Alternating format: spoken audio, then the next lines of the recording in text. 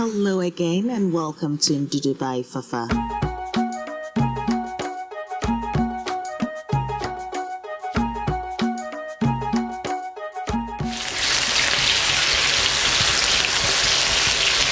Hello, Ndudu natives. Thank you again for tuning in for another exciting episode with Fafa.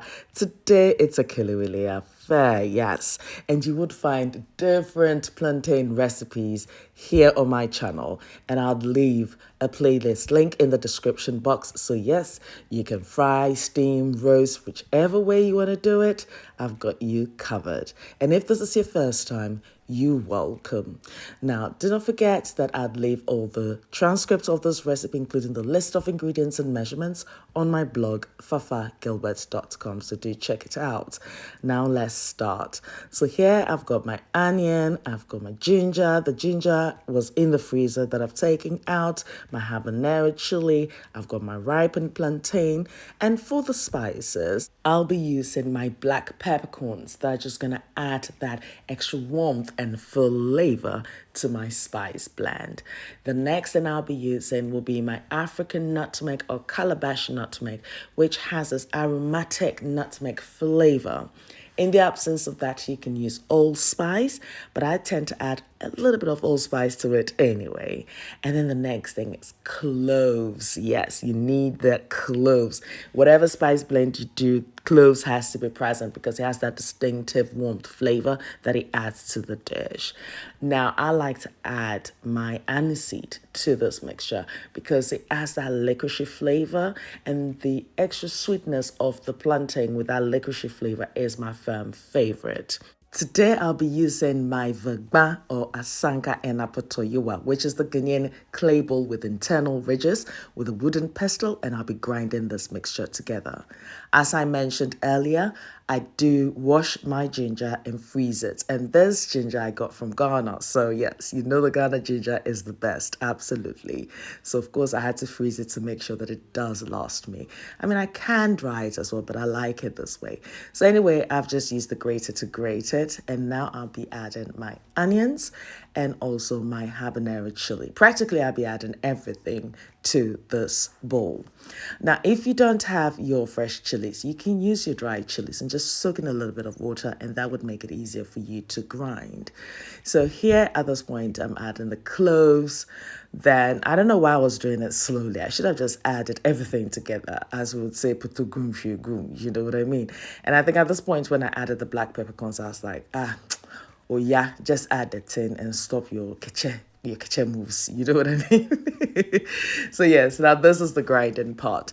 Now, it's easier when you grind it in this clay bowl. It is easier for you to have different textures, like a coarse texture that makes it easier for you to grind it, because of course that resistance helps for you to just push it and grind everything into that smooth paste that you're looking for.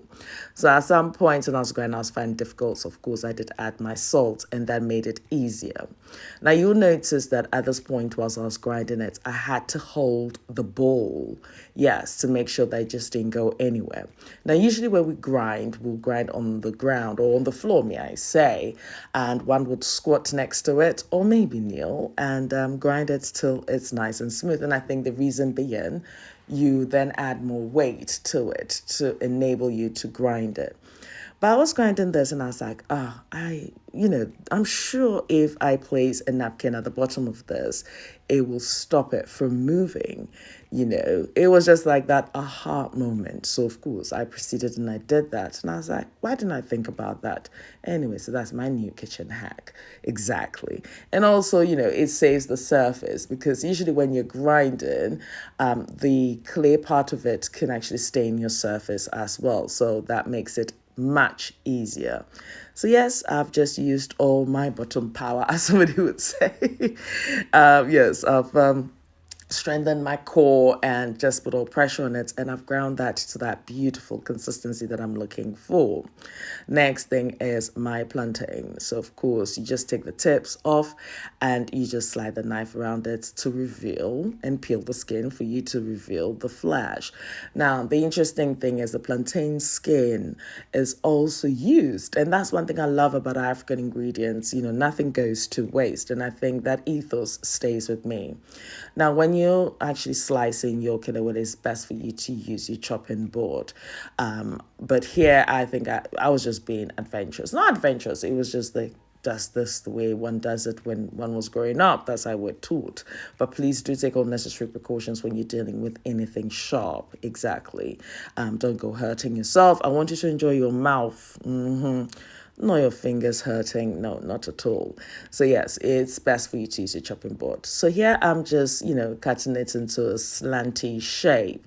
But, the shape comes down to you. But traditionally, the shape does look like something like this. Exactly. So if you want to pay homage to the classic Ghanaian street food, then you need to try it this way. So I'm going to repeat the process until I've, sliced all my plantain. And then using my fingers, I'm just going to be mixing all of this together because I need to marinate this. You need to allow the flavors to infuse into your plantain. Now, I don't tend to, fry this immediately. I would leave this for it to marinate, as I mentioned earlier. Yes. And also what it does is it would allow the spices to also stick to the plantain, because what tends to happen is if you fry it immediately, you would notice that the spices separates from the plantain. It might happen, you're not going to eradicate that altogether, but you can reduce the amount of the spices floating in your oil a bit. Yes. Now, why should I use my cling film when I've got the plantain skins here? I'll just use that to cover it and allow it to marinate for at least an hour. You can place that in the fridge if you wish. So now my plantain is ready for me to fry. So to my wok, I've added my preferred oil and I've just dipped one bay leaf in there. That's optional, but yeah, why not? Why don't I just flavor the oil as well? But I think my oil is now ready for me to take my bay leaf out. Absolutely. And then I can do some frying. What is beautiful about Kelewele is it's always available in Ghana and usually in the evenings. And there's specific, ladies that, fry these things. It's a snack that you definitely need to enjoy. They place it in the newspaper, with some peanuts, and you're good to go. But yes, today I'm just frying this beauty. Now, immediately I added it to the oil. I'm not even going to stir it. I'm just going to leave it. The reason being that would allow the spices to stick to the plantain. So after frying for about 3-4 minutes, I'm now just turning it over. And you can just see that the spices have stuck to the plantain. Secondly, as well, if I had to blend the mixture, then maybe I would have had to add a bit of water or a bit of oil to allow for an easy blend, and that would make it runny. So when you use the clay bowl, it ensures that you have that beautiful thick paste that you're looking for, and that allows the spices to stick to the plantain. So yeah, this is it. And I enjoyed this yesterday. Yes. Like there's certain days where you're feeling like, you need that pick me up. This is it. And back in the day, this was like a romantic snack, Every, you knew love or anything, you just go into the Kelewele cellar. I don't know if that's the case these days, but it definitely played a pivotal role during our childhood.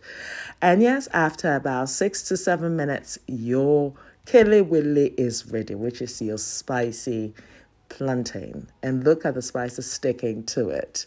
Look at that.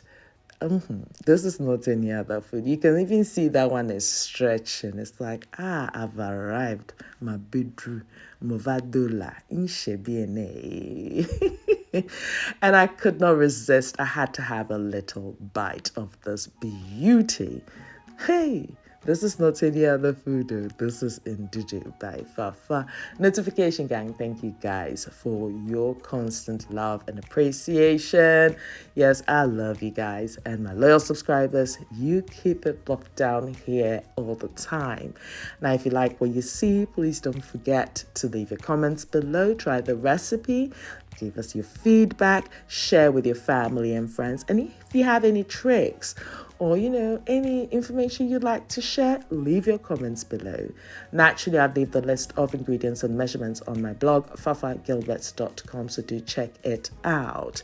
Yes, I'm also on Facebook, Instagram, Twitter, and Snapchat as Ndudu by Fafa, so pass by and say hi. Noel, thank you very much for my theme song. And until my next video, you beautiful kings and queens, take care of you. Be nice, be beautiful, and guess what? Me, I love you for you. Don't forget to subscribe, leave your comments, share with your family and friends, and I'll see you in my next recipe. Toodles.